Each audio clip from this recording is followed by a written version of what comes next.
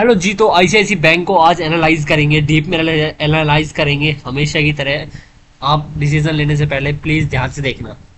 तो ICIC bank क्या है? मेनली बैंकिंग का बिजनेस है इनका। और जो यहाँ पर इनकी मार्केट कैप है वो 9,98,000 करोड़ की है। तो यहाँ पर फाइनेंशियल देखने से पहले मैं आपको बिजनेस दिखा देता हूँ जिससे कि आपको एक आइडिया लग जाए। ठीक है, तो इसका अगर हम यहाँ पर देखते हैं तो आईसीआईसी बैंक है ना, उसके पास में ओनली आईसीआईसी बैंक की तो खुद का तो शेयर है ही इसके पास में। और उसके बाद में ये अपनी सारी ग्रुप ऑफ कंपनीज के अंदर में अच्छी खासी होल्डिंग बना के रखता है। जैसे कि प्रूडेंट लाइफ इंश्योरेंस में इसने होल्डिंग बनाई हुई है, लोम्बार्ड में या प्रूडेंट में, यहाँ पर इन सभी कंपनीज के अंदर में इसने अपनी होल्डिंग्स बनाई हुई है। मतलब कि इन्होंने इन्वेस्ट किया हुआ है। वहां से जो कंपनी को प्रॉफिट्स आते हैं तो इस कंपनी के अंदर वो शो होते हैं। ठीक है। और वहाँ उसके बाद में अगर हम यहाँ पर एक चीज़ मैं आपको बताता हूँ आज नई चीज़, कंसोलिडेशन। और एक आप यहाँ पर देखते होगे स्टैंड अलोन लिखा रहता है। तो स्टैंड अलोन मतलब कि आईसीआईसी बैंक के खुद के नंबर, और कंसोलिडेशन मतलब कि सारी ग्रुप ऑफ कंपनी जहाँ से इन्होंने इन्वेस्ट भी करा है उसके भी नंबर। तो हमें कंसोलिडेशन नंबर देखना चाहिए जिससे कि सारा आइडिया लगे। तो बाय डिफॉल्ट कंसोलिडेशन में ही होता है। ठीक है। तो अगर हम इसके अगर यहाँ पर डिपॉजिट्स देखें तो लगातार कंपनी के डिपॉजिट अच्छे खासे बढ़े हैं। बोरोइंग्स भी अच्छी खासी बढ़ी है, जिससे यहाँ पर इनकी कंपनी बिजनेस ग्रो कर पाएगी। जितना ज़्यादा डिपॉजिट आएंगे, जितना ज़्यादा लोन इस कंपनी के पास में आएगा, उतना ही ज़्यादा वो अर्निंग कर पाएगी। फिक्स एसेट लेके देखे तो लगातार कंपनी के फिक्स एसेट बढ़ रहे हैं। इन्वेस्टमेंट भी लगातार कंपनी कर रही है अच्छी खासी। और अगर हम यहाँ पर देखते हैं प्रॉफिट लॉस तो सेल्स हाईएस्ट एवर है कंपनी की। और अगर हम यहाँ पर टैक्स परसेंटेज तो नहीं देखनी चाहिए, नेट प्रॉफिट लगातार कंपनी का बढ़ के आ रहा है। और अगर हम इसके क्वार्टरली नंबर देखें तो रेवेन्यू हाईएस्ट एवर है और नेट प्रॉफिट भी हाईएस्ट एवर है। और जो ग्रोस एनपी नेट एनपी दे नहीं रखा इस यहाँ पर, but gross NP net NP ठीक ठाक होगा, ज़्यादा वो नहीं है। अगर हम यहाँ पर अगर इन्वेस्टर्स में देखते हैं, इन्वेस्टर्स के अंदर में आप देखोगे प्रमोटर्स नहीं है बिल्कुल भी। बट ये मेनली जो बैंकिंग इंडस्ट्रीज होती है उनको फॉरेन इंस्टीट्यूशन ही चलाते हैं। और अगर हम पब्लिक के अंदर में देखते हैं तो पब्लिक के अंदर में यहाँ पर अगर ओपन हो जाए तो यहाँ पर 9% के समथिंग यहाँ पर वीक प्लेयर्स हैं जो नॉर्मल पब्लिक्स ने होल्ड करा हुआ है। मतलब कि यहाँ पर 91% के समथिंग है वो स्ट्रॉन्ग प्लेयर्स है, और जो 9% है वो वीक प्लेयर्स है। तो स्ट्रॉन्ग प्लेयर्स कभी कंपनी को ऐसे नहीं लेते, वो कोई भी डिसीजन लेना होता है वो फटाक से लेते हैं। और इसके पीएस में देखें तो H D F C bank पहले नंबर पे है, दूसरे पे आईसीआईसी बैंक है, और बाकी ये सारे बैंक आप देख सकते हो। और H D F C bank से अच्छी भाई इसमें ग्रोथ है।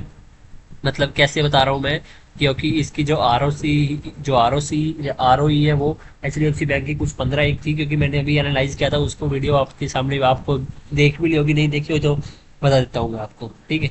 तो इसकी जो अगर हम फाइनेंशियल देखते हैं तो इस पी 18 का चल रहा है, एच डी एफ सी का 20 का चलता है, वो हाईएस्ट एवर है। ठीक है। तो पी सही है, ठीक ठाक है, अच्छा है। और डेप्ट टू इक्विटी है वो 5.93 का है। तो इनके पास में थोड़ी सी बोरोइंग्स की कमी है। एचडीएफसी के पास में कुछ 6.5-7 की है, तो साढ़े जितना ज़्यादा लोन होगा उतना ही ज़्यादा यहाँ पर ये लोन आगे दे पाएंगे, उससे ये अपनी इंटरेस्ट इनकम जनरेट कर पाएंगे। और मैंने आपको बता ही दिया ये सारी कंपनीज के अंदर भी यहाँ पर होल्डिंग करके रखते हैं। अब आपको यहाँ पर मैं एक एग्जांपल के दिखा देता हूँ। आईसीआईसी कोई भी ग्रुप खोल लेते हैं, जनरल इंश्योरेंस ग्रुप खोल लेते हैं, इसके इन्वेस्टर्स में चलते हैं।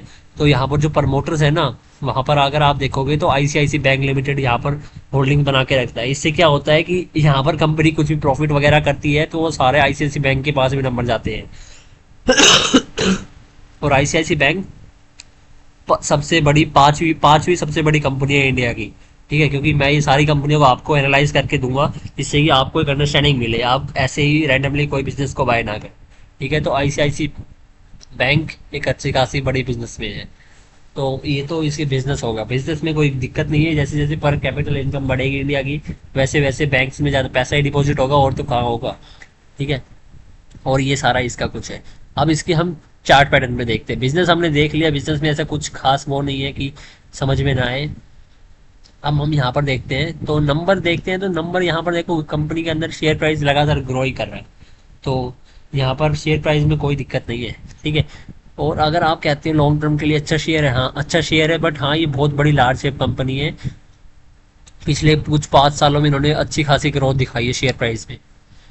तो और अगर हम ऑल ओवर देखें तो ऑल ओवर कंपनी की जो ग्रोथ है वो भी अच्छी खासी है। तो ये एनालिसिस थी, जो भी है आपको समझ में आ गया होगा।